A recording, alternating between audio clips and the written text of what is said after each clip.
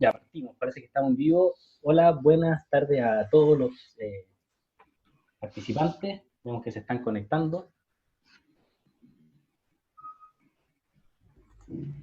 Vamos a esperar un poquito para que se empiecen a conectar los espectadores. Bueno, les comento que este webinar está siendo transmitido, ¿cierto?, por personas que estamos en Santiago de Chile. A esta hora son las 6 de la tarde acá. Está lloviendo torrencialmente. Tenemos, según la meteorología, ¿cierto?, 12 grados, pero yo creo que está harto más helado que 12 grados.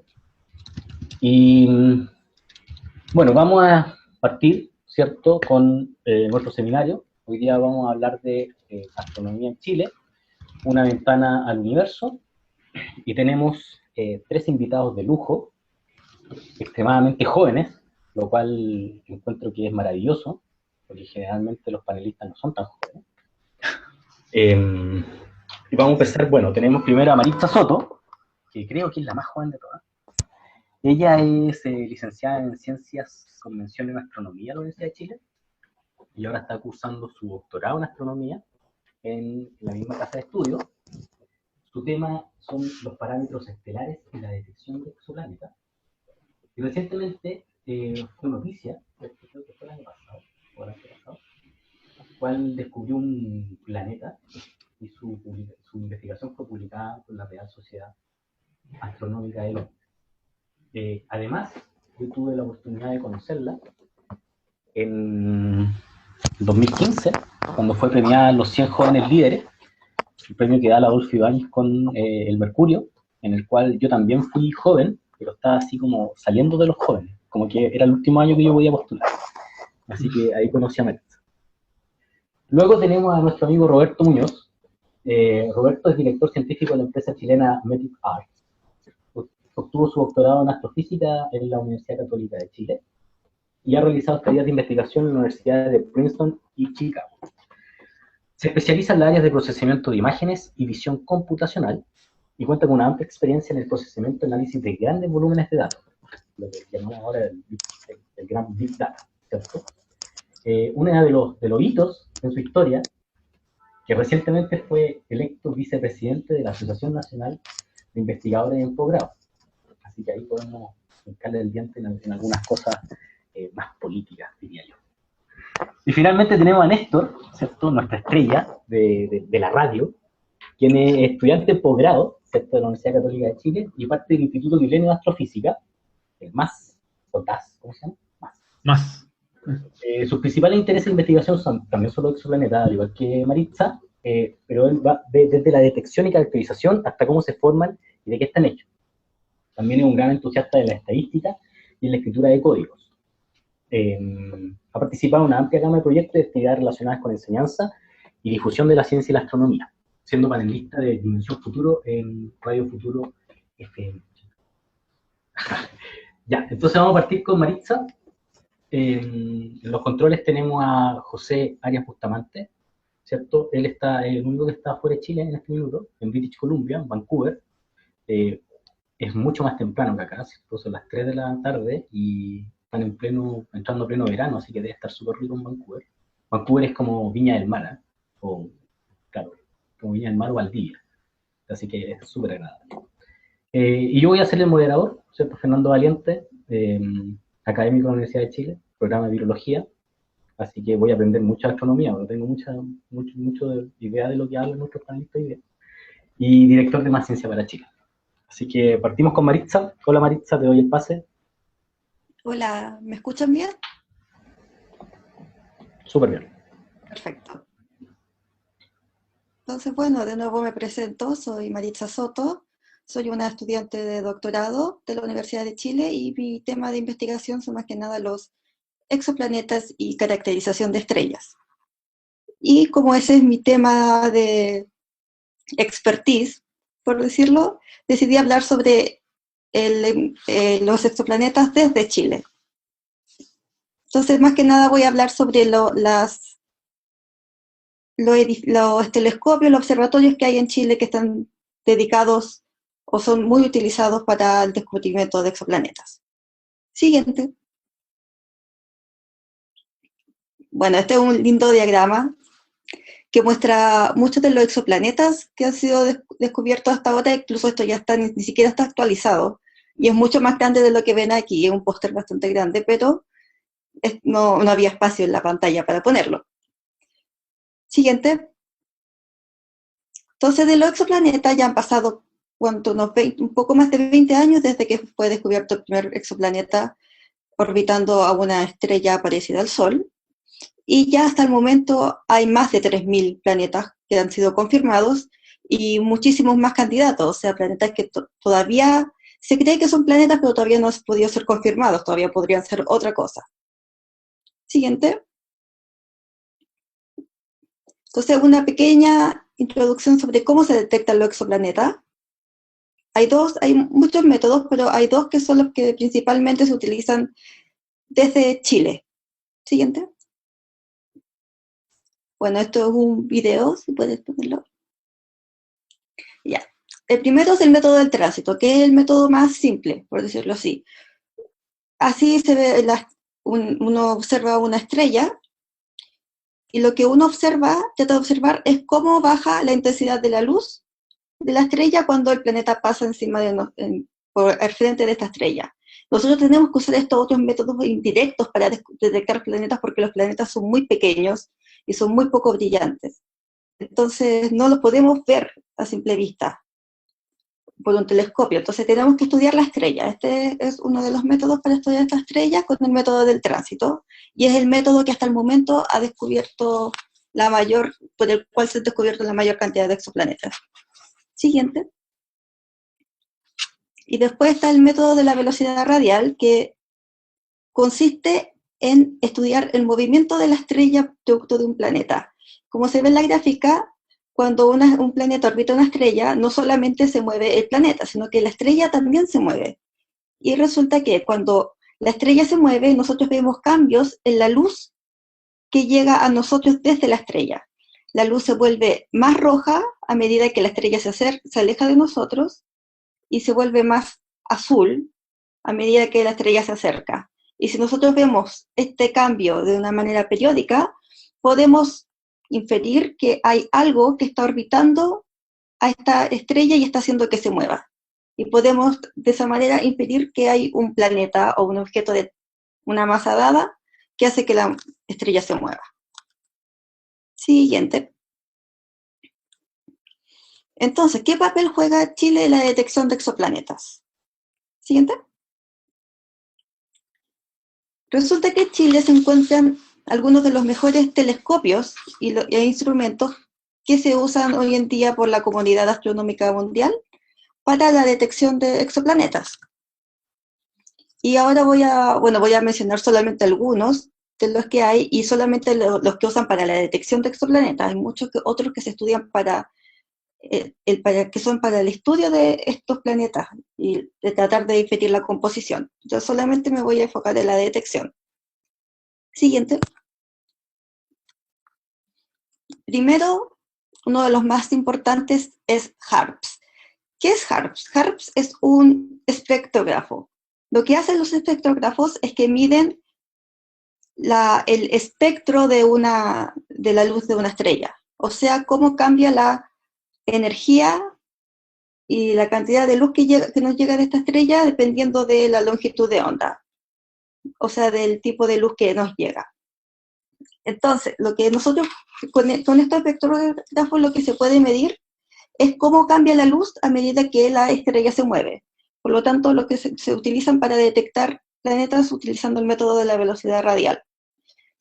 Ahora, estos movimientos de estas estrellas, producto del planeta, son movimientos muy, muy pequeños. Por lo tanto, tienen que ser muy precisos estos instrumentos para poder medirlos. HARPS es lo suficientemente preciso que uno puede medir la velocidad a la que se mueve una estrella, más o menos el mismo orden de la velocidad a la que nosotros caminamos. Por lo tanto, nosotros podemos saber si una estrella a cientos de años luz si se está moviendo a la velocidad a la que nosotros caminamos. Este instrumento, HARPS, está ubicado en el telescopio de 3.6 metros en el Observatorio de la Silla. Y hasta ahora puede detectar hasta planetas del tamaño de Neptuno y también se utiliza para tratar de detectar planetas de una masa parecida a la Tierra, un poco mayor. El siguiente. FEROS es otro espectrógrafo, también se utiliza para medir la velocidad radial de una estrella, y está ubicado en el telescopio de 2.2 metros en el Observatorio de la Silla, y es muy, muy utilizado por la comunidad chilena para la detección de exoplanetas. O sea, más o menos a nosotros, nosotros tenemos una cantidad de noches a las que podemos postular para observar con estos instrumentos en el año, y en el último llamado para estas propuestas se mandaron 6 veces la cantidad de propuestas que puede tener este instrumento. O sea, la comunidad chilena de verdad que busca utilizar este instrumento lo mayor posible. Siguiente. Coralie es otro espectrógrafo. Este está ubicado en el telescopio suizo de 1.2 metros del Observatorio La Silla. Es muy, muy utilizado por los grupos de astrónomos que detectan exoplanetas, que trabajan en universidades en Suiza y en Europa especialmente. Y ellos son de los grupos que más planetas detectan utilizando el método de la velocidad radial. Y Coralie lo utiliza muchas veces para tratar de detectar planetas con masas parecidas a Júpiter, o también para como un primer filtro para saber si la estrella que están observando tiene un planeta o si tiene a otra estrella orbitando, una cosa así. Siguiente. También está PFS, que es Planet Finder Spectrograph. O sea, es un espectrógrafo que está hecho para, más o menos exclusivamente para la detección de planetas. Ojalá planetas con masas parecidas a la Tierra, y está en el telescopio de 6.5 metros en el Observatorio de las Campanas, y este está operado principalmente por un equipo estadounidense. Siguiente. Ahora entramos al otro método para detectar exoplanetas. Todos los instrumentos que mencioné antes se utilizan principalmente para el método de la velocidad radial. Ahora entramos a los que se utilizan en Chile para detectar planetas utilizando el método de tránsito. Primero está HATSOUT. HATSOUT es un proyecto que busca detectar planetas utilizando el método del tránsito. Entonces, este proyecto consiste en que hay 3 telescopios ubicados en 3 partes distintas de la Tierra en el hemisferio sur, y que observan el cielo todas las noches. La idea de que estén en 3 lugares distintos de la Tierra es para que siempre esté de noche en alguno de esos 3 lugares. Por lo tanto, que estén continuamente observando.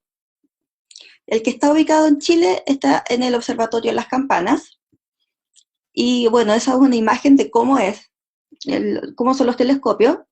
Entonces son 2 telescopios y cada uno tiene 4 pequeños telescopios acoplados.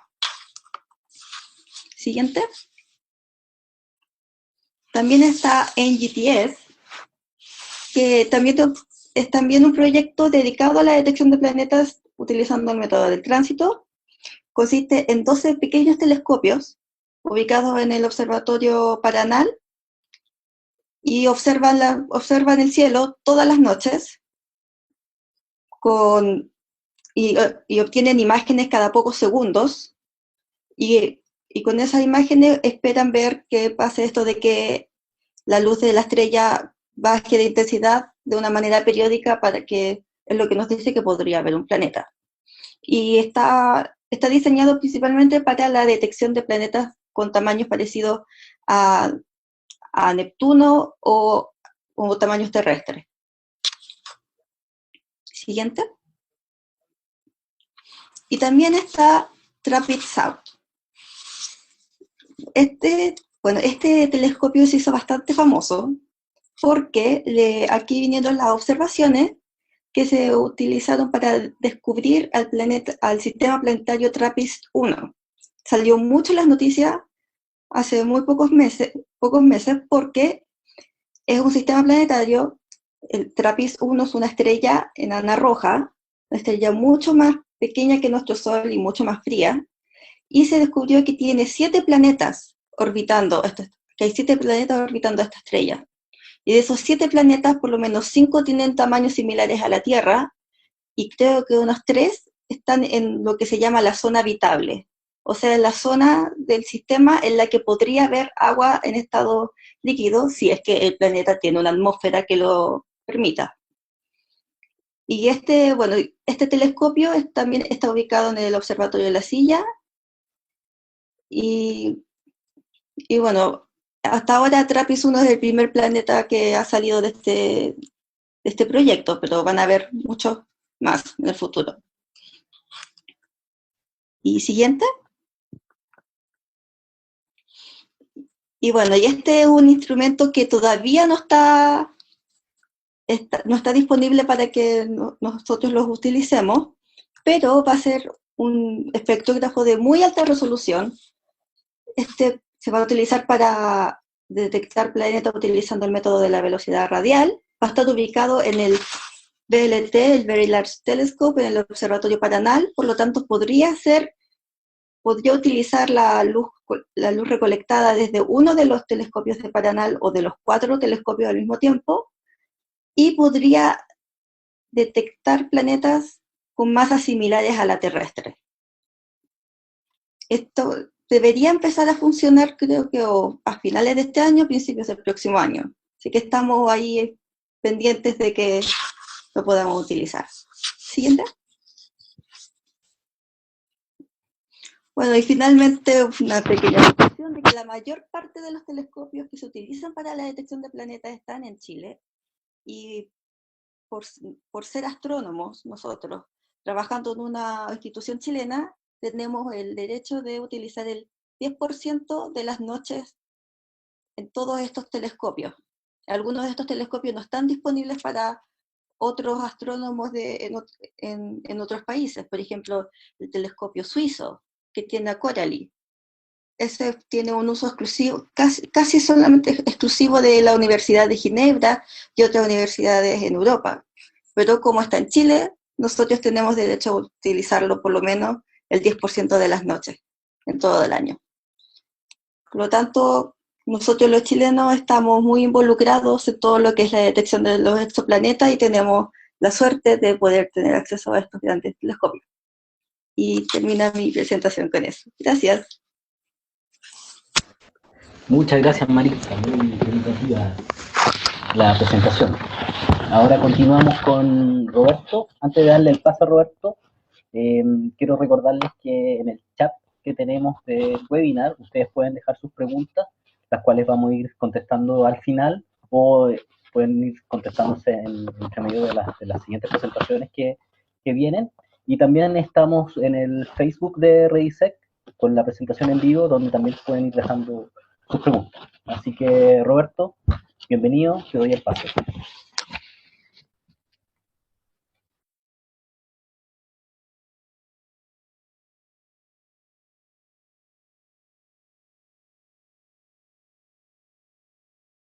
Ahí sí. Mi nombre es Roberto Muñoz. Yo soy doctor en astrofísica de la Universidad Católica. Yo, llevo haciendo astronomía por cerca de 10 años a nivel de investigación. Y durante los últimos años he estado explorando colaboraciones con empresas en Chile, especialmente una empresa que se llama Metric Arts, que es una empresa que se dedica al análisis de datos. Y actualmente trabajo en la empresa Metric Arts como director científico. ¿Puedes ir a la siguiente slide? Exacto. Entonces, un poco lo que los quería hablar hoy día era acerca de todo lo que es datos en astronomía. En astronomía estamos acostumbrados a generar muchos datos. Basta recordar uno de los primeros proyectos que empezó a explorar el gran uso de datos, En este caso fue un proyecto que se llama Sloan Digital Sky Survey, que es un telescopio que estaba instalado en Estados Unidos, en Nuevo México. Y este telescopio es un telescopio pequeño, digamos, que la gracia que tenía era que observaba el cielo por completo, y iba creando un mapa del cielo, tanto en imágenes como en espectro, como mencionaba Marisa también, los métodos que habían para detectar planetas.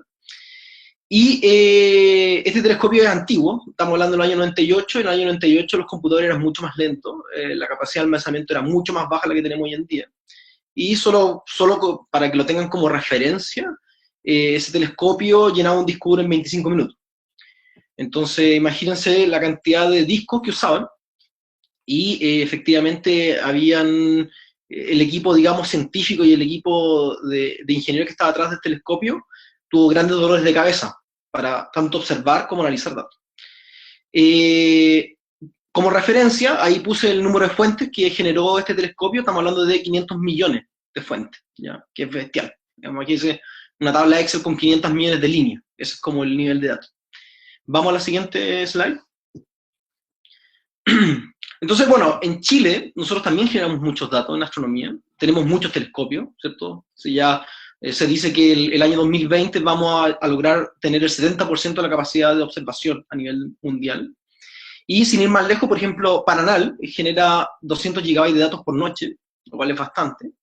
ALMA, que es como el hermano grande, digamos, genera 500 gigabytes de datos por noche. Y el LSST, que es un telescopio que se llama Large Synoptic Star Telescope, que está en estos momentos construyéndose en la cuarta región, es un telescopio que va a llegar a generar 15 terabytes de datos por noche. Eso es bestial, digamos, porque esos datos, aparte de generarlos cada noche, hay que transferirlos, ¿cierto?, a diferentes ciudades del mundo y analizarlos, que toma mucho tiempo. Este telescopio en especial, el SST, es un telescopio que va a tener una cámara gigante, una cámara que va a ser del tamaño de un automóvil. Esa cámara va a tener 3 gigapíxeles, ¿ya? Y estamos hablando de 2 millones de imágenes, ¿cierto?, por noche, lo cual es bastante. ¿Podemos ir a la siguiente? Entonces, un poco, para poner un poco en contexto lo que está ocurriendo tanto en astronomía como en otras disciplinas, lo que sucede es que estamos generando tantos datos que, por un lado, seguimos haciendo ciencia, ¿cierto?, usando la teoría, usando simulaciones numéricas, haciendo experimentos, pero ya lo hablaba, por ejemplo, un investigador que se llama Jim Gray, que trabajó por muchos años en Microsoft. Él hablaba que en el mundo estamos entrando a un nuevo paradigma, bueno, quizás ya estamos en este nuevo paradigma, que se llama una ciencia hecha guiada por los datos, o el Data Driven Science, en la cual tú vas descubriendo cosas nuevas, ¿ya?, que no tenías idea de que existían. Esas cosas nuevas se logran entender o descubrir gracias a que uno va acumulando datos y tiene mejores capacidades para analizar los datos.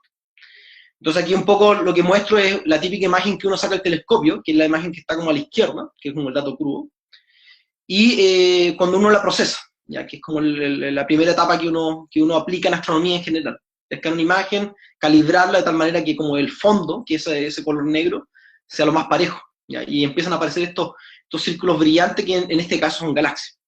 Sigamos a la siguiente slide.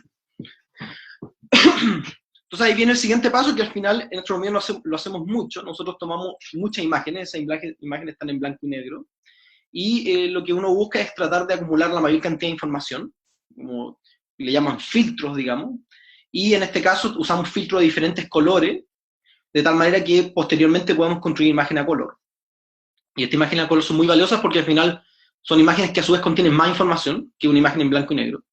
Y ahí uno puede notar, por ejemplo, que existen todos estos objetos amarillos, que son galaxias grandes, muy masivas. Este objeto en particular es lo que se llama un cúmulo de galaxias, el cúmulo de galaxias de Fornax. Para que tengan como referencia nomás, esta es una sola imagen del survey. En el survey hemos generado como 50 de estas imágenes, y ya una sola imagen es más grande que el tamaño de la Luna, cuando uno lo ve en el cielo. Entonces, si vamos a la siguiente slide, entonces uno empieza a preguntarse, ya, bueno, tengo esta imagen, tengo un montón de información, ¿qué hay, digamos? Y ahí uno empieza a descubrir que efectivamente existen una serie de objetos, ¿cierto? Por supuesto que esto está dominado por muchas estrellas de nuestra misma galaxia, Pero aquí lo interesante, que es lo que descubrimos, es que había un montón de galaxias pequeñas en este cúmulo, que se llaman las galaxias enanas, que son galaxias mucho menos masivas a la Vía Láctea y a las galaxias típicas que existen. Y son esas manchitas, unas manchitas de color que se ven como arriba a la izquierda, abajo a la derecha. Son unas pequeñas manchitas que son muy difíciles de ver. Y si vamos a la siguiente slide, es como uno hace un zoom, digamos, en una de estas, te das cuenta que efectivamente son objetos muy difusos, difíciles de detectar, pero tienen una característica, digamos, es que son objetos extendidos, digamos, no son puntuales. Son súper interesantes estas galaxias porque hace 30 años se creía que no existían, porque tienen tan poca masa en estrella, que al final de cuentas estas galaxias lo más probable es que con la misma fuerza de gravedad de otras galaxias grandes, estas galaxias deberían haberse destruido hace mucho tiempo, pero todavía existen. Entonces una pregunta que hoy en día en astronomía tenemos es saber por qué estas galaxias todavía siguen existiendo. Bueno, y ahí viene todo un cuestionamiento a todo lo que es la materia oscura, por ejemplo. La materia oscura podría ser una explicación de por qué estas galaxias se sostienen todavía. Materia que está ahí presente, pero quizás todavía no vemos. Si vamos a la siguiente slide. Y bueno, entonces, al final eso es un poco lo que yo he hecho en astronomía, y en el último tiempo lo que yo he estado trabajando mucho es lo que es análisis de imágenes, lo que es el área de visión computacional. El área de visión computacional es súper entretenida, es un área en la cual básicamente uno le enseña a las máquinas a ver, ¿puedes volver una, Fernando? Uno le enseña como las máquinas a ver tal cual como vemos las personas. Es un campo interdisciplinario, nadie estudia visión computacional, nadie estudia incluso procesamiento de imagen, no se estudia como tal, sino que al final uno, bueno, empieza a aprender de diferentes lados, forma equipos con personas de diferentes disciplinas y genera estos equipos, digamos. Entonces un poco eso es lo que he estado haciendo en los últimos años, los últimos 2 años, y trabajando en el área de visión computacional, formando equipos, tanto para hacer análisis dentro de la astronomía, ¿cierto? A nivel de investigación, como también en empresas. Entonces, bueno, en la siguiente slide, lo que les cuento un poco es un tema, una realidad que vivimos en Chile. Actualmente en Chile se estima que menos del 20% de los científicos están trabajando en empresas, lo cual es bastante preocupante porque al final de cuentas los países, digamos, desarrollados han mostrado en cifras, digamos, que la única manera de acelerar el desarrollo científico y tecnológico de un país es, bueno, creciendo en todo, en universidad, en empresas, pero en general la tónica que ellos tienen es que el grueso de los científicos están en empresas. Entonces lo que he estado haciendo los últimos años es básicamente vincularme con empresas, trabajando en proyectos con ellos, y efectivamente este es un proyecto que surgió, yo estando en la universidad, surgió a partir de un financiamiento Corfo, en el cual la empresa quiso hacer investigación y desarrollo. Nos conocimos, digamos, teníamos un par de cosas en común, y al final logramos sacar un proyecto que se llama Metric Video Analytics, que es como parte de este conglomerado que se llama Metric Arts. Y la experiencia fue bastante buena, en verdad. Un poco lo que a mí me interesa, incluso estando dentro de la NIP, digamos, como vicepresidente, es trabajar un poco más en esto, en lo que es vinculación de ciencia, el mundo de la ciencia con el mundo de la industria. Eso, cualquier cosa, bueno, le dejo mi Twitter, ¿ya? Para que pues, puedan hacer preguntas o seguir, ¿ya? Eso sería. Muchas gracias, Roberto, por tu presentación. Ahora vamos a darle el paso a Néstor, que nos va a iluminar con su última presentación. Les vuelvo a comentar que cualquier pregunta, por favor, en el chat del webinar o en el Facebook Live de Redisec. Así que dale, Néstor. Ya, espero iluminarlos como tú quieres que lo ilumine. No sé si los científicos somos iluminadores o no, pero al menos alguna batuta tenemos en algún nivel. Y lo que pretendo justamente presentar en la exposición que les preparé es complementario a lo de Maritza, que mencionó un montón los telescopios. Y me gustaría hablar de qué hacemos aquí en Chile específicamente con esos telescopios, como qué tipo de descubrimientos hemos hecho y qué tipo de proyectos seguimos trabajando. En particular, mi área de expertise está en exoplanetas, por eso se llama Exoplanetas en Búsqueda de Nuevos Mundos, que no solamente la detección, sino que tratar de, como mencionaba al principio Fernando, tratar de entender de qué están compuestos estos planetas desde adentro. Y como les voy a mencionar, eso nos dice un montón de información de cómo se formaron, por ejemplo. Vamos a la siguiente slide. Entonces, primero que nada, lo que quiero hacer es, ya que están ahí, probablemente, quizás por ahí algunos andan navegando en Facebook escuchando esto de fondo, cierren el ojo por un momento y piensen como en lo grande que es el universo. Es bien raro darse cuenta de cuán grande, y por eso yo usualmente lo pongo en número. Siguiente slide. Para que hagan una idea de los números, más o menos, el universo se estima que hay algo así como 100.000 millones de galaxias. O sea, la de nosotros es solamente una de esas cientos de miles de millones de galaxias. Además, si tú contáis más o menos las estrellas en esta galaxia y asumís que todas las galaxias tienen más o menos cantidad de estrellas similares, no puede o no ser una buena aproximación, pero para nuestro juego funciona. Siguiente slide. Hay del orden de cientos de miles de millones de estrellas por galaxia también. Entonces, si multiplicáis esos números y pensáis de que nuestra estrella, el Sol, es una de todas estas cientos de miles de estrellas en nuestra galaxia, en realidad nos damos cuenta de que somos algo súper chiquitito. Entonces, de ahí nacen las ganas de querer explorar otros planetas, de tratar de entender de si nuestros planetas, por ejemplo, nuestro sistema solar es algo común o no, cuán comunes sean estos planetas, por ejemplo, etc. Siguiente slide. En nuestra galaxia, nosotros sabemos hoy, gracias a todos los descubrimientos de exoplanetas que mencionó Maritza, que hay alrededor de 4.000 ya descubiertos a la fecha, sabemos que, en promedio, todas las estrellas tienen al menos un planeta dando vuelta. Eso quiere decir que cuando tú salías al cielo a mirar, bueno, hoy día no pueden en Santiago, pero quizás sí en otras partes del mundo.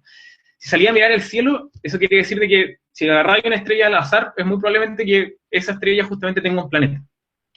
Y uno de los métodos en el cual yo me he especializado un montón, y les voy a contar por qué a mí me gusta tanto este método, por qué es tan interesante y tan particular, es el método de tránsitos que mencionaba la Maritza. Siguiente slide, por favor. El método de tránsito es súper simple, y la idea justamente es tratar de detectar la baja de brillo de los planetas cuando pasan por el frente de la estrella. Entonces, una de las grandes preguntas que nosotros hemos hecho es si es que nuestro sistema solar, que te enseñan en el colegio, ponte tú, de que en la parte central de nuestro sistema solar están los planetas rocosos, afuera están los gaseosos, como muestra la imagen. La gran pregunta inicialmente era como, bueno, ¿esto común? ¿Esto vivimos en un sistema planetario que es el mismo en todos lados? Como les voy a mencionar, en verdad, aparentemente vivimos en un sistema que no es ni especial, o sea, no es ni tan especial. Y hay muchos sistemas muy extraños. Entonces, solamente un recordatorio, siguiente slide, de cuál es esta técnica de tránsito.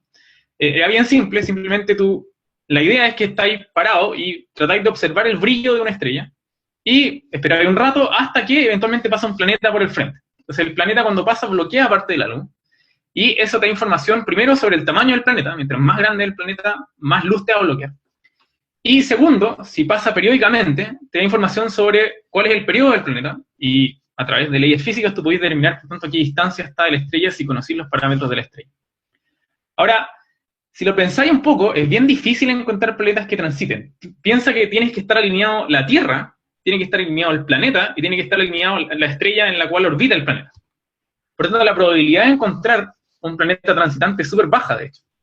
Que se hagan una idea, un planeta como Júpiter, la probabilidad de tránsito es del orden de un 1%. Y eso es bien chico, eso significa que, o sea, si tenéis suerte, mucha suerte, en 100 estrellas vais a encontrar quizás uno. Y así tenéis que explorar, por tanto, un montón de estrellas para que esto funcione, porque si vais una estrella por una estrella tratando de observarlo todos los días, es bastante improbable que te resulte tu proyecto y por tanto nunca descubriríamos este planeta.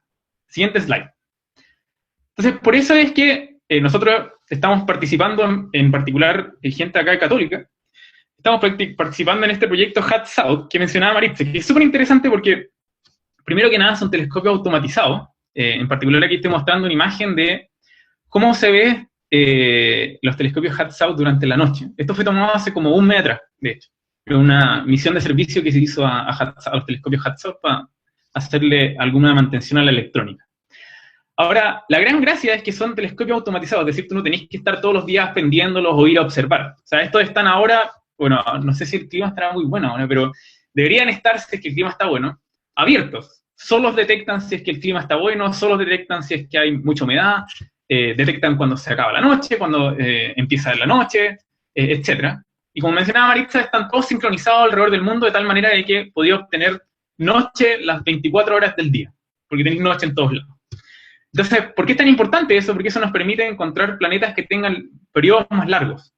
¿Sí? Porque, por ejemplo, si un planeta tiene un periodo de, no sé, 15 días, es muy poco probable que lo encontréis desde un solo sitio. Imagínate que justo calce de que justo en tus noches no lo pudiste observar. Entonces, si tenéis 24 horas de observación todos los días, es muy probable que lo encuentres, de hecho. Y esa es la gran gracia de estos telescopios Hubble. Ahora, siguiente slide, por favor. Como les mencionaba, las 3 estaciones son estas que están acá. Una están en Chile, que es en el telescopio Las Campanas. Otra está en GES, allá en Namibia, en África. Y la otra estación en el estado de Australia. Un dato freak es que cuando se pusieron las estaciones en Namibia, estaban los telescopios tal cual como ustedes lo estaban viendo, y en Namibia hay monos. Y se echaron algunas cosas electrónicas, así tuvimos que poner reja para poder bloquear que los monos no entraran. Pero habiendo resuelto los problemas con la flora y la fauna, hemos descubierto un montón de planetas. Siguiente slide, por favor. Al final lo que nosotros encontramos son curvitas como esta. En el eje Y tienes el brillo, en el eje X tienes el tiempo. Y estos son 2 planetas que descubrimos y publicamos el año pasado, HATS 25 y HATS 26, que son un tipo de planetas bien especiales, que son bien raros para la gente, pero en realidad bien comunes para todos nosotros los astrónomos. Son un tipo de planetas que son raros dado nuestro sistema solar, en donde te enseñan que los planetas gaseosos están afuera y los rocosos están adentro. Estos planetas se llaman hot Jupiter, son Júpiteres calientes. Imagínate que agarría Júpiter y lo ponía en una órbita mucho más cercana que la de Mercurio, o sea, al lado de su estrella. Entonces, hay un verdadero infierno estos planetas, porque Júpiter con temperaturas elevadas a 2000 grados Celsius, por ejemplo. Siguiente slide. Y se ve algo como lo que sale en esta imagen. Tienen propiedades muy choras. Algunas de las propiedades que, como están tan calientes, las atmósferas son muy extendidas. Y de hecho, algunos de ellos tienen incluso atmósferas que están volando de ellas. Por tanto, eso nos da un montón de propiedades para que nosotros podamos estudiar de qué están compuestos. Interesantemente, con HAT-SOUTH, de hecho, nosotros hemos descubierto, de estos Júpiteres que están más o menos cerca, hemos descubierto el planeta con el más largo periodo desde la Tierra, de este tipo de planetas, que es HATS-17, publicado por Rafael Bram, que es un postdoc en la Católica, y todos nosotros en el equipo, tiene un periodo de alrededor de 15 días, que es bastante. O sea, es bien difícil hacer eso, por ejemplo, con telescopios como los de otros proyectos que no tienen esta red global. Entonces, es súper interesante. Lo interesante, además, de que desde Chile, no solamente nosotros estamos haciendo todas las observaciones, nosotros también hacemos un montón de lo que es el análisis de las imágenes, que es lo que mencionaba Roberto. O sea, el análisis de datos acá en Chile es súper importante. Y al menos nosotros en HAT-SOUTH somos los que lideramos gran parte de ese análisis, desde acá en Chile. Entonces, desde Chile somos una pieza fundamental, no solamente en observaciones, sino que dado que tenemos los telescopios al lado, tenemos mucha experiencia con los datos. Porque una cosa es tener experiencia haciendo los códigos, y otra experiencia es cuando tú vas al telescopio y observas cómo funciona el instrumento. Es súper importante eso. Y nosotros le hemos ganado un montón, esas son las grandes gracias que tiene estudiar acá en Chile. Por lo tanto, nosotros acá en Chile estamos liderando un montón de estos proyectos de detección de estos planetas, por ejemplo, que se hacen, por ahí preguntaban si estas detecciones se hacen automáticamente. Nosotros tenemos códigos que lo hacen automáticamente. Se usan también redes neuronales ahora último, que se han estado acelerando un poquito los procesos, se pueden ocupar, y funciona súper bien. Pero también hay un proceso de veto, de que no todas las curvas que tú observas, como las que les mostraba, pueden ser planetas. Quizás es una estrella la que está dando vuelta, y por eso tienes que hacer un montón de análisis para tratar de matar las otras posibilidades. Acuérdense que el científico siempre trata de eliminar todas las posibilidades antes de efectivamente salir gritando que descubriste un planeta. Siguiente slide, por favor. No solamente hemos ocupado telescopios desde el suelo, también hemos ocupado telescopios espaciales. La misión Kepler, hace 2 años atrás, se echó a perder, y gracias, comillas, a que se echó a perder, observa algunas partes del cielo en el hemisferio sur, y por tanto nosotros estamos liderando un proyecto desde aquí de Chile, en el cual hay un montón de astrónomos de la Universidad de Chile. Maritza está metida, hay astrónomos en la Católica, astrónomos en la Universidad de Concepción. Actualmente los estamos liderando este proyecto, somos Rafael Bram y yo, justamente de Católica, y lo que estamos haciendo es tratar de detectar planetas más chiquititos aún. Aparte de los Júpiters, podemos ocupar estos telescopios que están en el espacio, que se saltan la atmósfera, para tratar de detectar planetas que hacen señales muy, muy pequeñitas. Siguiente slide, por favor. Esta es una imagen, es una ilustración artística, bien mala en realidad, porque no teníamos tanta información de estos planetas, pero uno de los planetas que nosotros detectamos el año pasado, que es un planeta que es muy masivo, si tú tomas los datos como están, debería tener algo así como una densidad similar a la Tierra, o un poquito más denso en realidad, y es 2 veces más grande que la Tierra. Usualmente para estos planetas tan grandes, 2 veces el tamaño de la Tierra, esperaría que fuesen más gaseosos. En realidad este es un pedazo de roca gigante. Alguna gente le ha puesto una mega Tierra. Y nosotros fuimos capaces justamente de tratar de detectar estos planetas que son rarísimos, y lo estamos haciendo, insisto, combinando nuestra expertise con telescopios terrestres con los telescopios espaciales. Siguiente slide, por favor. Lo último que les quería mencionar es, siguiente slide. Lo último que les quería mencionar un poquito es que nosotros también hacemos mediciones de la atmósfera de estos planetas, que es una de las cosas en las cuales yo me he especializado, al menos en mi tesis, que es cuando transitan los planetas. Si se fijan en esta imagen hay una aureola, que es la atmósfera del planeta. Ahora, cuando la luz pasa a través de esa atmósfera, interactúa con esa atmósfera. Y por tanto, tú podés detectar esas señales muy pequeñitas que están entre esa luz que está interactuando con el planeta para poder detectar qué elementos tiene la atmósfera. Siguiente slide, por favor. Esto lo hacemos nosotros descomponiendo la luz que pasa a través de esta atmósfera y, tal cual como le indica esta imagen bien rockera de Pink Floyd, en la que nosotros tratamos de detectar ciertos patrones que elementos muestran en la luz. Siguiente slide. Por ejemplo, cuando tú pones un gas frente a esta luz, te falta luz en ciertos colores. Y eso es porque a la luz le gusta comerse ciertos colores de la luz. Y por tanto, esa información queda impregnada cada vez que el planeta transita porque la luz pasa a través de la atmósfera. Siguiente slide. Gracias a esto, nosotros podemos detectar atmósferas tal cual como sale en esta imagen, viendo justamente qué luz se come la atmósfera del planeta. Siguiente slide. Hace un par de años atrás nosotros hicimos la detección de agua en un planeta del tamaño de Neptuno, que ha sido el más chico hasta la fecha en el cual se ha detectado una molécula, de hecho. Es un trabajo enorme que hicimos con gente de Estados Unidos y con el telescopio espacial Hubble, de hecho. En esta imagen se muestra justamente esos puntitos que ven ahí. Si se ven el modelo en color verde, es lo que ajusta mejor los datos, y es justamente la señal del agua que nosotros vemos en esta atmósfera. Siguiente slide, por favor. La gracia de detectar agua no es simplemente porque sea la forma de vida, uno de los ingredientes principales para la vida, etc., sino que es muy interesante porque el agua se absorbe en los planetas dependiendo de dónde se forman. Usualmente, si los planetas se forman muy, muy lejos de su estrella madre, absorben un montón de agua, y si están muy cerca absorben mucho menos. Por tanto, las detecciones de agua nos sirven para saber cómo se formaron estos planetas, cuál es la historia, y todo eso lo estamos haciendo justamente, bueno, desde todo el mundo, pero también desde Chile. Siguiente slide.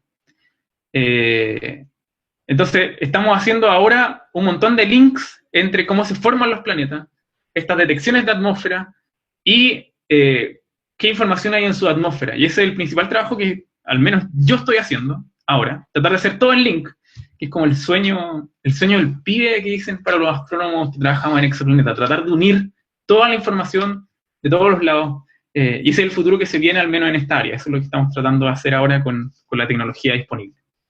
Y eso sería mi presentación. Muchas gracias. Preguntas, por favor. Muchas gracias, Néstor. Bueno, y muchas gracias a todos los panelistas por sus presentaciones. Ahora pasamos a algunas preguntas que nos han dejado la audiencia. Por ejemplo, bueno, yo también tengo estas preguntas. Bueno, ahí pueden ver mi torpeo, ¿cierto? Como por ejemplo, no sé, mira, se me viene, porque ustedes dicen que tienen, Marisa comentaba que tenían 10% de las noches para poder ocuparla los chilenos. Pero eso tenemos que pagarlo, de alguna manera. ¿Cómo se financia eso? ¿Cuánto vale una noche? ¿O cuánto vale una hora de telescopio? ¿Ustedes tienen ese cálculo? ¿Pero tú te referías a cuánto nos sale a nosotros los astrónomos? Sí, pues, ¿cuánto les sale? Porque eso tiene que, no sé, tienen que postular un proyecto. Me imagino que los fondos de astronomía apuntan a horas de telescopio.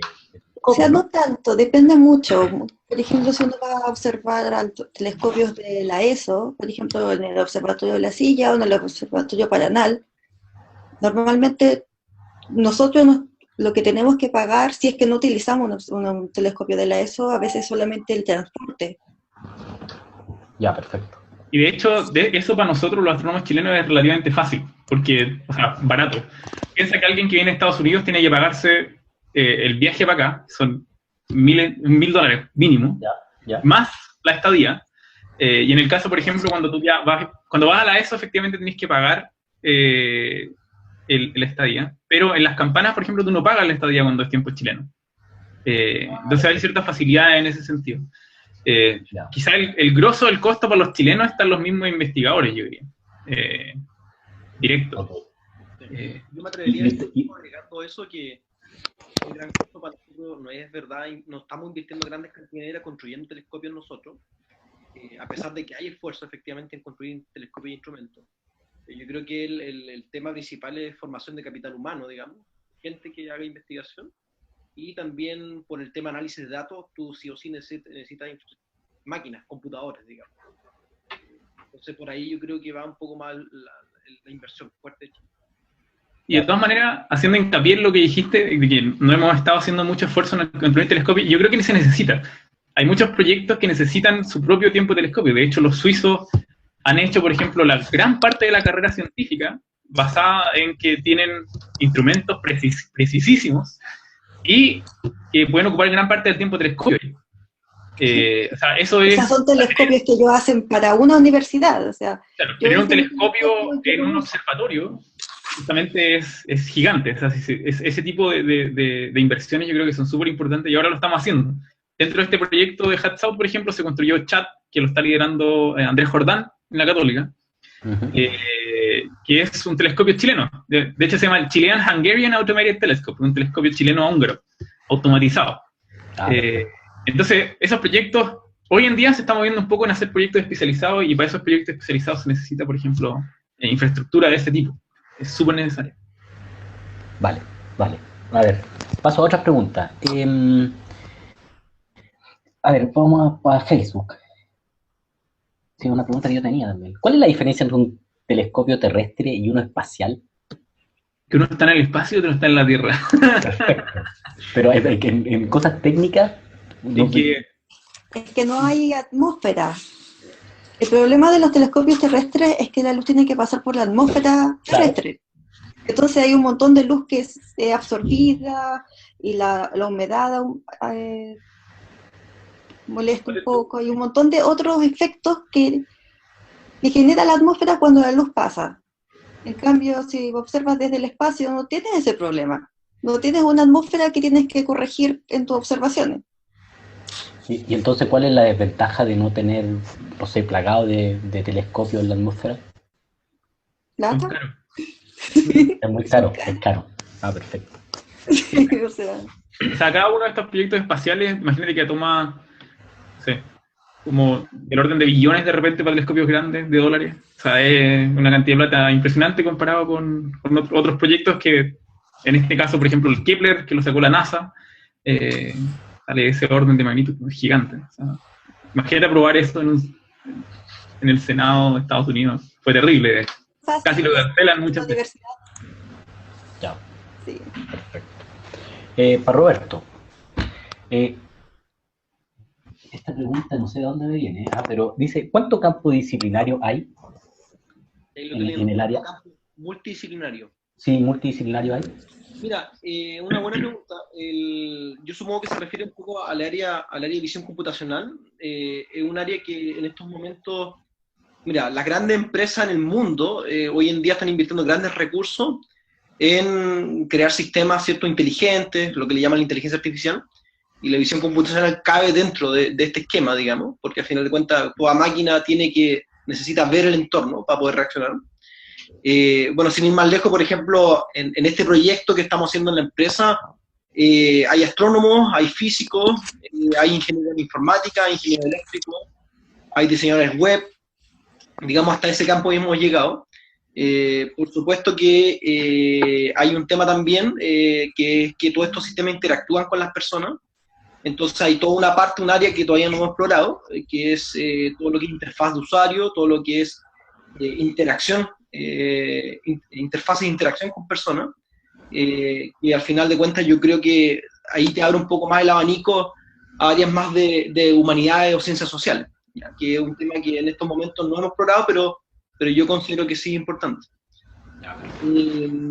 La clave un poco de esto es que, un poco el mensaje que estamos tratando de transmitir es que o sea, un desarrollo tecnológico no necesariamente tiene que estar encerrado en ingeniería, sino que se puede abrir perfectamente a muchas ciencias naturales, a muchas ciencias de las humanidades, sin ningún problema. Digamos, al final es cómo se plantean los proyectos en general. Ya. Oye, ¿y tú crees que alguna vez vamos a estar limitados por la cantidad de información que estamos recogiendo? Pues, por ejemplo, no sé, pues, yo trabajo en virología y hago microscopía. Y una película muy chiquitita de un virus infectando una célula, genero 5 gigabytes. Y eso son 10 minutos. Me imagino que ustedes deben generar una cantidad tanto que alguna vez vamos a quedar limitados por almacenamiento, ¿no? Sí, por ejemplo, uno de los proyectos en el cual estamos trabajando, estamos generando 100 gigabytes por día. No, disculpa, no son 100 gigabytes, son 500 gigabytes por día. Y el tema es que, como dices tú bien, hay un problema asociado a lo que es almacenamiento. Si tú empiezas a generar muchos datos por día, tienes que almacenarlo y después, bueno, te gustaría ese dato después consultarlo después. Nosotros en ciencia es muy común que lo hacemos. En astronomía, nosotros tomamos los datos de los telescopios, los almacenamos en servidores y después volvemos años incluso después a buscarlo, a revisar esos datos. La solución que nosotros estamos ofreciendo un poco, y la que está buscando en general el mundo científico y el investigador que está en empresa, es tratar de procesar todo en tiempo real, de tal manera de sacarle la mayor cantidad de información que puedas al dato crudo en el momento, quedarte con, podríamos decir, con lo justo y necesario, porque al final de cuentas, si no, se ocurren dos problemáticas. Por un lado es el almacenamiento y por el otro lado es la capacidad de análisis. Si tú me dices, por ejemplo, que estás generando varios gigabytes por un par de minutos, imagínate si en un mes más o en un año más quieres analizar esos datos, van a ser muchos. Ya, perfecto. Dale. Voy a seguir con las preguntas de acá del chat. Nos preguntan, ¿qué tan realista es que el hombre llegue a un exoplaneta cercano? Hoy, cero. Sí, Hoy cero. no. Pero en el futuro, quién sabe. O sea, ¿sí? lo que sí he podido obtener, yo creo, es información de exoplanetas cercanos. Lo que se está tratando de hacer ahora es tratar de enviar no sé si han escuchado el Starshot Project, que es un satélite chiquitito, cabe en la palma de la mano, así, chiquitito, pesa 1 gramo. Lo que quieren hacer es impulsarlo a Próxima Centauri, que es el sistema más cercano en el cual hay un planeta dando vuelta, a 4 años luz. Y en eso podéis llegar a escalas razonables con ese pequeño instrumento para poder enviar comunicaciones para la Tierra y tratar de ver qué hay en el sistema. Pero de ahí a mandar seres humanos, difícil. Ahora, eso es difícil hoy. Todavía se está hablando de cómo se podría mandar a los humanos a Marte. Y Marte está muchísimo más cerca que el exoplaneta más cercano que tendríamos, que sería el de Próxima Centauri. Ya, perfecto. Ahora, eso es ahora, insisto. Piensen que hace 60 años atrás nadie hubiese pensado que tendríamos tele, celulares, internet, dejo todo abierto ahí. Pero hoy no. Ya. Aquí hay otra pregunta de nuestros amigos en el extranjero y dice, ¿cómo puedes ver un planeta como Herschel? Me gustaría que explicaran un poco qué es lo que es Herschel y si hay una suficiente resolución para poder verlo, o una buena resolución. Bueno, el Herschel es un telescopio espacial que mandó la ESA, y inicialmente estaba planeado como hace 3 años, pero se echó a perder el cooling y yo la escoba. Pero inicialmente estaba para colores de la luz, en la cual es muy difícil hacer fotometría en la precisión que nosotros necesitamos. Fíjense que cuando pasa un planeta, como del orden de Júpiter, tú necesitáis ver un cambio en el brillo de una estrella del orden de un 1%, que es como, si se fijan aquí arriba tengo una ampolleta, si yo pasara, por ejemplo, una polilla por ahí al frente, tendríais que poder detectar esa polilla. Ahora, ustedes, con los ojos. Imposible. Ahora, Herschel no estaba hecho para eso. O sea, la precisión que tenía en el tiempo para poder hacer esas detecciones no era suficiente. Porque simplemente los detectores no eran tan precisos como para hacerlo. No tenían la estabilidad para hacerlo. Entonces no podía detectar planetas con Herschel. Era muy, muy, muy, muy difícil. Yo creo que nadie lo intentó, de hecho, porque no iba a perder tiempo telescopio espacial. Yo creo. Perfecto. Cuando tú mostras, bueno, cuando hacen estos experimentos de tránsito, ¿cierto? Porque ustedes tienen un gráfico en el cual tienen brillo, imagina, el brillo por tiempo, ¿no? Claro.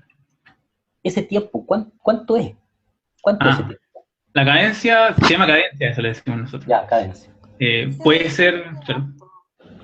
¿Perdón? Pueden ser planetas que, o sea, a veces puedes tener datos de un mes.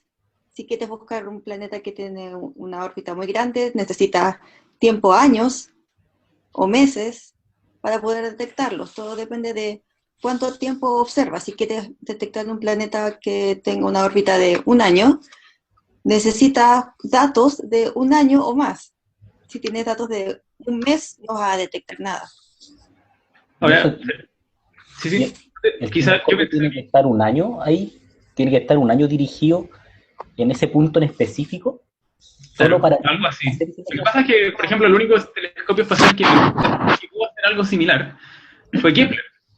Kepler lo que hacía, inicialmente antes de que se echara a perder, Kepler estaba enfocado en un punto en el cielo, y lo que hacía era tomar un dato de brillo cada media hora, por 4 años. Imaginé lo que es cuando tomar una imagen cada 30 minutos por 4 años seguidos, porque está en el espacio. Como era espacial, no tenía el problema de el día y la noche tampoco. Claro. El único problema que tenía Kepler de repente era bajar los datos, que necesitaba ocupar el telescopio para apuntarlo hacia la Tierra y bajar los datos, pero eso era todo. Ahora, esa es la cantidad de cosas que necesitas para detectar, por ejemplo, un planeta como la Tierra, que tiene un periodo de un año. Si veías un tránsito, si veías una de estas bajadas de brillo, no es suficiente para detectar un planeta, tienes que detectarlo varias veces. Entonces, por ejemplo, el único planeta que tenía el orden de un año en periodo que se descubrió en Kepler fue uno, en el cual tenían 4 tránsitos. Y eso fue, porque necesitáis varios para calcular el periodo del planeta. No es una cosa de una noche, de que en una noche puedes detectar un planeta. ¿Y esa observación ustedes tienen que subir? ¿O ustedes pueden estar en su casa, en el computador, recibiendo los datos y manejarlos? Si uno trabaja con datos, por ejemplo, que se tomaron en un observatorio en el norte, normalmente, bueno, si es de telescopios que estudian los tránsitos, normalmente los telescopios son robóticos. Así que uno no tiene que hacer nada. Si uno está tomando datos de velocidad radial, normalmente uno va al telescopio, toma los datos y después se va a su casa. Entonces todos los datos después uno los baja de un servidor y trabaja con ellos en su propia casa o universidad.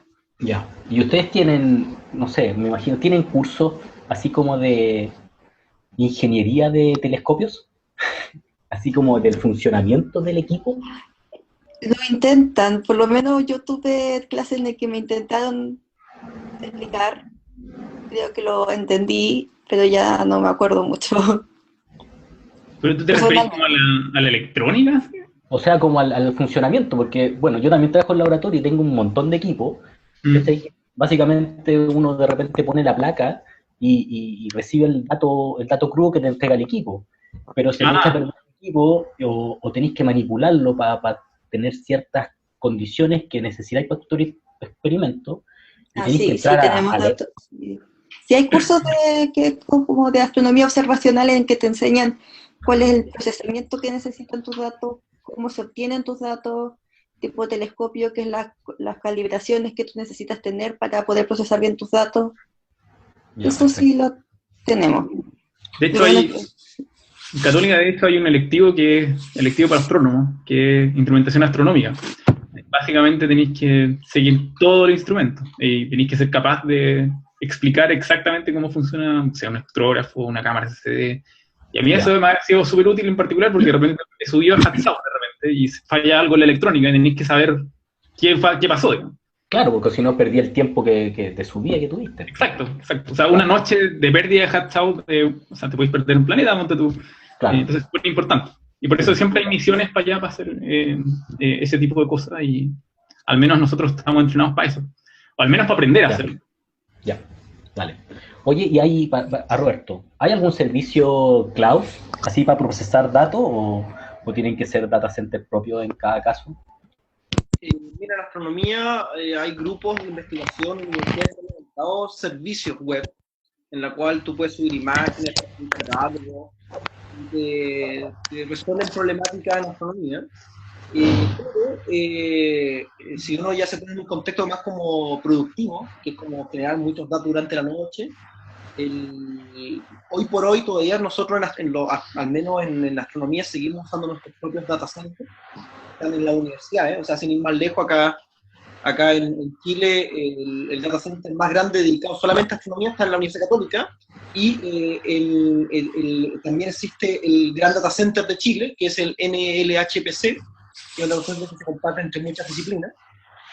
Y el tema es que el gran problema que todavía tenemos, quizás con la nube, en general, no solamente en astronomía, sino que en el mundo, es que el ancho banda para subir datos es muy lento todavía. Imagínate de repente una noche de observación generáis 100 GB de datos, andar subiendo 100 GB de datos con una colección como por ejemplo la típica que tiene alguien en la casa, imposible, ¿cachai? Impensable. Incluso, digamos, con la mayor conexión, la conexión más cara que podáis pagar una empresa acá en Santiago, por ejemplo, tampoco no te da. Pero eso va a ir mejorando. Tenemos experiencia en data center, está súper bien consolidada esa área, se está experimentando en cloud. Yo supongo que de aquí, no sé, unos 3, 4 años más, todo lo que es redes para subir cosas a cloud va a mejorar mucho más de lo que está ahora. Oye, ¿y esos datos que están en ese data center o en el cloud, cualquiera puede acceder a ellos? Así como si yo quiero, de repente, no sé, estoy con un tutorial y digo, voy a ver algo. ¿Puedo hacer eso? ¿O tengo que pertenecer a un consorcio? ¿O tengo que pertenecer a un grupo de investigación? Porque nosotros en el área de la biología, con los datos de genómica, nos pasa lo mismo. O sea, tenemos tantos datos de genómica y cada uno tiene su data center, que básicamente a cada uno de los investigadores es el que le pertenecen esos datos de la genómica. En este caso, igual, cada uno tiene como su fondo, en este caso. Yo creo que depende mucho. ¿De qué? Del proyecto, si son proyectos, o sea, para los datos astronómicos por lo menos, muchos de esos datos se hacen públicos después de un tiempo y cualquier persona puede acceder a ellos. Ya. Y para los software o cosas así, hay muchos astrónomos ponen los códigos que generan o el software que usan, al final los ponen todos en GitHub y son todos públicos. Son open source. Sí. Ya, perfecto. Igual no todo. Es no como todo.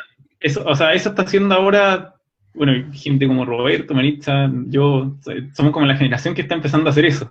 Los códigos antiguos, usualmente, si tú veis papers de hace, no sé, de antiguos comillas, antiguos para nosotros, 10 años atrás o 5 años atrás, Ajá. y tratáis de reproducir algo en un paper y le escribe al autor y se demoran un montón y que el código no te lo mandan y que... En cambio, hoy en día estamos como generando, yo creo que por un poco de presión social, yo creo, y a mí me encanta al menos, porque la ciencia tiene que ser reproducible. Sí, estamos empezando a generar software que tú puedes reproducir todo lo que aparece en el paper con el software. A mí me encanta eso. Cada vez que publico algo, alguien tiene que poder llegar a mi GitHub y poder reproducir exactamente todos los gráficos. O sea, eso es una política personal que se está haciendo cada vez más profesional ahora y algunos journals lo están pidiendo ahora, de hecho. Perfecto. ¿Y usted usa Y es lo mejor después para... O sea, porque después la gente puede utilizar tus códigos. A veces en astronomía uno pierde mucho tiempo haciendo algo y sin saber que hubo otra persona que ya lo hizo antes. Sí, pero hay un detalle ahí, yo he conversado un montón con otra gente, y el detalle está en que hay muchos papers que se citan un montón porque es la persona la que tiene un código que sabe, que hace lo que tú necesitas hacer. Yo creo que en todas las áreas disciplinarias pasa lo mismo, ¿eh? Sí, pues, ¿cachai? Entonces, igual hacen un monopolio de comillas, claro. Y claro, tienen un montón de citas a su paper, o tienen un montón de coautoría, porque tienen el código. Entonces ahí hay un embreeding. Claro, justamente. Entonces ahí, de hecho, alguien alguna vez me recomendó a mí así como, oye, tú quieres ir tanto código, no deberías hacerlo, estáis perdiendo citas, o estáis perdiendo coautoría, y le decía así como, si no es la ciencia. Pero te puede jugar un poco en contra, es verdad. Comillas en contra. Comillas en contra. Oye, una pregunta así como de términos de regulación, de contaminación lumínica para las ciudades donde hay observatorios, porque me imagino que la luz, ¿cierto?, interfiere muchísimo en la calidad de imagen que ustedes pueden obtener. ¿Y existe alguna regulación vigente en Chile, por ejemplo? Sí, por lo menos en las ciudades que están cerca de los observatorios hay hay todo un reglamento del uso de la luz. El problema es que no siempre se acata, o a veces se actualiza esta regla, pero eso no significa que automáticamente toda la iluminaria pública va a cambiar. Es todo un proceso lento. Entonces, todos los años se trata de hacer énfasis en que esto tiene que ser un proceso más rápido, porque resulta que la contaminación lumínica sigue subiendo en lugares donde hay observatorios y eso afecta un montón. Es todo un problema, y se ve desde el observatorio. A veces uno puede ver una carretera, ¿sí? Está en un observatorio y uno puede ver las luces que vienen de la carretera. Lo que no debería ser, pero las cosas especialmente no son automáticas. De hecho, hay una demanda en curso ahora de las campanas a la concesionaria que está frente al observatorio de las campanas, porque pusieron unas luces que no corresponden. Primero, son luces que iluminan en todas direcciones. Ya. Y Tiene segundo, que ser hacia abajo, ¿no? Eso es lo primero. Y lo otro es que tiene que ser un rango de color de la luz muy chico, de manera que no te embarre las otras observaciones. Yo tengo observaciones tomadas, de hecho, en el cual tú podéis ver el pequeño efecto de estas cuestiones. Y se lo hicimos notar, obviamente, al director de las campanas, y empezaron, o sea, no fuimos nosotros nomás, pero lo tomaron como evidencia también. Y están haciendo una demanda en curso. Ahora, las concesionarias también se aprovechan porque las demandas en curso toman más plata de repente para el observatorio que para la misma concesionaria, porque la concesionaria puede tomar un gasto de operación y chao. Claro. Entonces es largo, muy largo, como dice Maritza. Por eso.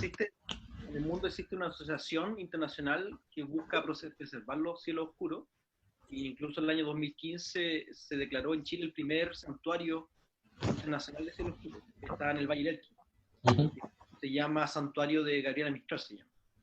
Y un poco la idea de eso es que tanto organizaciones civiles de afuera, bueno, de Chile y del mundo, un poco den la pelea por preservar estos espacios oscuros, y que nosotros como país, digamos, legislemos al respecto. Perfecto.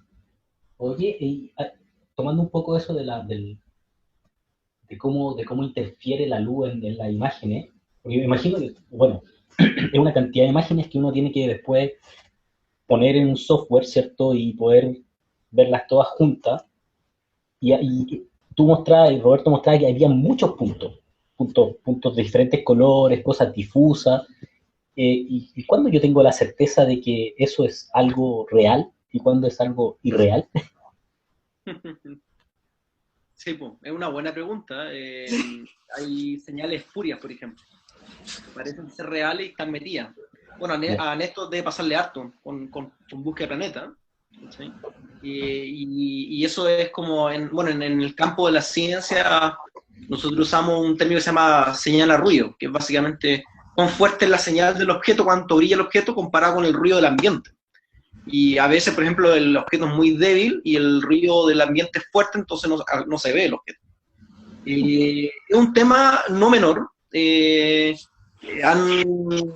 Algunas veces he leído algunas publicaciones donde las cuales se publican, no sé, pues se presentan galaxias, por ejemplo, que en este caso trabajamos en galaxia enana, y a veces me entra la suspicacia respecto si efectivamente ese objeto era realmente o no. En general, lo que se hace en astronomía y en todas las ciencias es que uno busca un objeto, lo confirmo en un set de datos y trato de reproducirlo también en otro set de datos. ¿Sí? Un poco ahí también lo que comentaban los chicos, que para nosotros, digamos, en general nosotros nos apoyamos muchos datos y los datos tienen que sí o sí también, ojalá, ser reanalizados por otro equipo. También en exoplanetas pasa mucho que ahora los planetas no te sirven solamente, o sea, a veces para confirmar un planeta tiene que ser medido por lo menos con 2 métodos, por ejemplo, que haya tránsitos del planeta, pero que también uno tenga velocidades radiales de la estrella. Así uno puede confirmar más o menos que sí, es algo que es real y no es una mancha en la estrella o una cosa así. Claro, debe ser re complejo. O sea, me imagino que los revisores cuando mandáis el paper te tienen que pedir una serie de controles. Por ejemplo, también en otros papers, tal vez uno puede ver un paper en el que, no sé, una curva que uno crea, matemáticamente se basa, no sé, en 2 puntos. Y ahí uno se da cuenta de que faltan datos ahí para confirmar algo. Entonces, ahí también no sé, es bien difícil. Pero la pregunta que hace de todas maneras es súper interesante desde el punto de vista de la formación de un astrónomo, que en general también tiene que saber muchas herramientas estadísticas nuevas. Usualmente para hacer estas detecciones la gente asume ruido gaussiano, o asume, ¿qué es lo que asume toda la gente cuando hace estos análisis estadísticos de las poblaciones acá mismo en las estadísticas que hacen para las encuestas? Poisson, Gauss, y listo. En cambio, hoy en día está evolucionando la cosa y tú tenés que estar al tanto de eso. Porque modelar tu ruido es súper importante. Y de hecho, en nuestro caso, por ejemplo, cuando nosotros detectamos planetas, vemos el brillo de la estrella. Y el brillo de la estrella, tienes el ruido del brillo de la estrella. O sea, la estrella, perdón, tiene su propio ruido, porque la estrella está viva también, comillas. O sea, la estrella tiene actividad, tiene granulación, y hay un ruido que tenéis que saber modelar. Entonces, es re interesante la pregunta que haces, porque hay un montón de métodos estadísticos que ocupamos ahora. El más reciente son procesos gaussianos, en los cuales tú podés generar un set de modelos de ruido para poder detectar tus planetas. Eso son herramientas de saber aprender. Claro, a nosotros nos pasa lo contrario, porque ustedes ven cosas muy grandes, nosotros vemos cosas extremadamente pequeñas, estamos ya hablando de ya a la menos 12 en los microscopios. Entonces también mucha gente nos dice, bueno, pero ¿y eso de verdad existe? Eso no es una, no sé, una configuración de píxeles que se ve ahí una mancha. Pues. Entonces cada vez vamos con la ultra resolución, pero hacia abajo, ustedes van hacia el otro lado. Pero así por eso te digo que de repente podéis vencer, o sea, llegar al piso usualmente, por ejemplo, en planetas, llegar al piso del ruido es muy difícil, porque siempre hay otras fuentes de ruido que no son el piso. La estrella, el mismo detector de repente que tiene ruidos extraños, etc. Entonces, es difícil, pero tenemos que modelarlo. Y insisto que eso habla de la formación del astrónomo, que no solamente es software, no solamente astrofísica, sino que también es estadística muy fuerte. Claro, me imagino. Ya pues chicos, bueno, vamos a cerrar. Quiero darle las gracias nuevamente por su tiempo, por la calidad de las presentaciones, por ser tan didácticos en explicar estos temas que muchas veces son bastante duros para poder entenderlo, ¿cierto? Son cosas que no las vemos todos los días, pero bueno, esta es la idea de estos webinars, de poder llevar estas temáticas en un lenguaje lo más sencillo posible. Quiero darle las gracias a Maritza por tu participación, a Roberto y a Néstor. Gracias también a los participantes que estuvieron tanto en la plataforma de Zoom y en Facebook Live de RediSec. Por las preguntas, yo creo que se generaron bastantes preguntas bien interesantes en el chat. Bueno, ahí los participantes pueden ver algunas de las preguntas y contestarse de manera interna algunas cosas que son bastante específicas, que ni siquiera yo soy capaz de leerlas. Y quiero dar las gracias también a José en los controles por su apoyo técnico en este webinar, y obviamente a RediSec y a nuestro auspiciador oficial Chile Global, que es parte de Fundación Imagen País. Y con eso cerramos esta presentación. Muchas gracias nuevamente. ¿Se quieren despedir? Les doy un 30 segundos para, para la candidatura. Para la candidatura, claro, para la franja. Bueno, muchas gracias a ti, Fernando, por la invitación. Muchas gracias a RediSec también por el seminario que organizaron. Es importante que yo creo que los científicos nos conectemos con la comunidad, que le contemos un poco lo que estamos haciendo, para dónde vamos, digamos, que es lo más importante, y a mí me interesa harto un poco lo que es vincular diferentes áreas. Así que por ahí va mi mensaje. Bueno, yo agradezco mucho la invitación. Era la primera vez que participaba en un webinar y muy buena experiencia. Muchas gracias por todas las preguntas y por su atención, para escucharnos hablar sobre estas cosas, y ojalá que siga el interés en la astronomía. Chile es un país totalmente privilegiado para la astronomía y es muy importante que haya una mayor educación en astronomía. Esos mismos comentarios que mis demás colegas. Gracias de nuevo, Fernando, José, por los controles. Muy interesante esta plataforma del webinar, debo decir, nunca la había vivido tampoco, está re chora. Así que qué bueno que lo sigan haciendo y voy a seguir viendo las otras. Mira, yo hubiese sabido antes, me hubiese metido a ver la otra. Así que buenísimo. Gracias. Muchas felicitaciones por esta idea. Gracias, chicos. Entonces los dejo invitados, bueno, a nuestro otro webinar, el 7 de julio, anótenlo ahí en su agenda, biotecnología, ¿cierto? Va a haber un social event en la ciudad de Montreal. Y tenemos en agosto energías renovables, donde el social event va a ser en Vancouver. Bueno, hoy día teníamos un social event, pero por las condiciones climáticas tuvimos que tener el plan B. Y los dejo invitados al quinto coloquio REISEC, Construyendo desde el Conocimiento y la Creatividad, que va a ser en la maravillosa ciudad de Vancouver.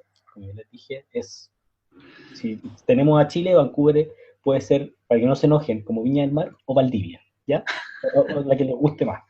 Entre el 22 y el 23 de septiembre va a estar muy entretenido, así que vayan comprando los pasajes ahora, que están baratos. Y eso, que tengan unas muy buenas noches en Chile, que tengan unas muy buenas tardes en Canadá, y muchas gracias a todos, que estén muy bien. Hasta luego. Chao, chao. Chao.